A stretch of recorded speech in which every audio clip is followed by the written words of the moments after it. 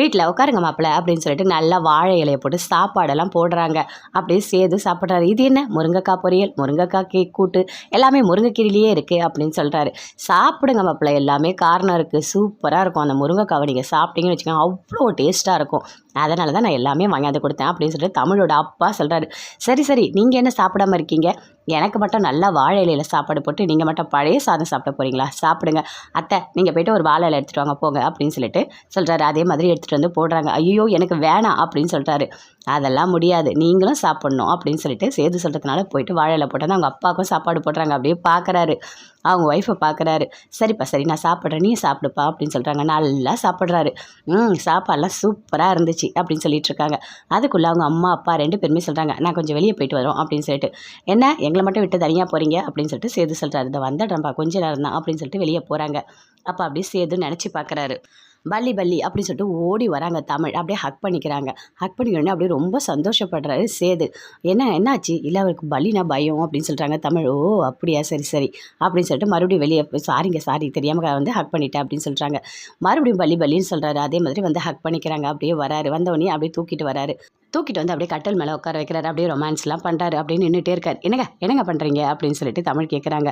ஐயோ கனவு கண்டுட்டு அப்படி நின்றுட்டு இருக்கோம் அப்படின்னு சொல்லிட்டு அப்படியே பார்க்குறாரு சேது.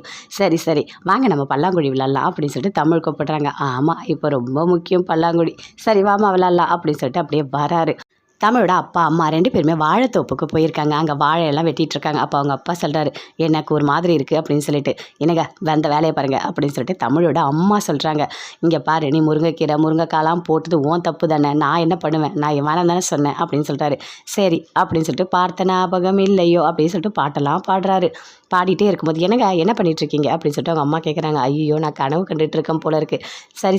சரி வா நம்ம வீட்டுக்கு போகலாம் அப்படின்னு சொல்லிட்டு அங்கேருந்து வீட்டுக்கு போகிறாங்க. வீட்டுக்கு போன உடனே உள்ளே எல்லாருமே இருக்காங்க. வெளியே ஒருத்தவங்க குடிச்சிட்டு கத்திட்டு இருக்காங்க. அவங்க பொண்டாட்டியை போட்டு அடிச்சிட்ருக்காங்க. அப்போ சொல்கிறாங்க, தமிழோட அம்மா சொல்கிறாங்க, என்னங்க அங்கே போய் என்னென்னு கேளுங்க, மாப்பிள்ளை வேறு உள்ளே இருக்காரு, இப்படி கத்திட்டு இருந்தா எப்படிங்க அப்படின்னு சொல்லிட்டு சொல்கிறாங்க. சரி இரு நான் போய் கேட்குறேன் அப்படின்னு சொல்லிட்டு போகிறாரு. போயிட்டு ஏன் இப்படி குடிச்சிட்டு கத்திட்டு இருக்கா, உள்ளே என் மாப்பிள்ளலாம் இருக்காரு அப்படின்னு சொல்கிறாரு. என்ன யார் நீ, எதுக்காக வந்து கேட்குற, ஏன் வீடு, நான் குடிச்சிட்டு கத்துவேன், அதை கேட்க நீ யார் அப்படின்னு சொல்லிட்டு தமிழோட அப்பாவை திட்டுறாரு. இங்கே பாரு இந்த மாதிரிலாம் கத்தக்கூடாது அப்படின்னு சொல்லிட்டு இருக்காரு.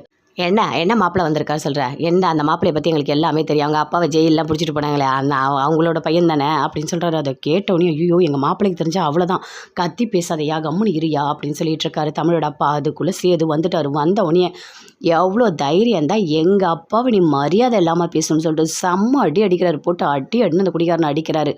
அடிச்சுட்டு உன்னை கொல்லாமல் விட மாட்டேன், என் அப்பாவை பற்றி ஒரு வார்த்தை நீ தப்பாக பேசின அவ்வளோதான், நீ போயிட்டு ஒரு பெரிய கல் எடுத்துகிட்டு வராரு. அப்படியே தலையிலேயே போடுறதுக்கு வராரு. வேணாம் என் வீட்டுக்காரை விட்டுருங்க, எங்களுக்கு யாருமே இல்லை, குழந்தைங்கள்லாம் இருக்குது அப்படின்னு சொல்லிட்டு அவங்க ஒய்ஃப் அப்படியே கெஞ்சுறாங்க சேதுக்கிட்ட. அப்படியே பார்க்குறாரு, குழந்தைங்கள கல்ல கீழே போட்டுறாரு. என் அப்பாவை பற்றி பேசினா அவ்வளோதான் நீ அப்படின்னு சொல்லிட்டு பயங்கர கோவமாக சொல்கிறாரு.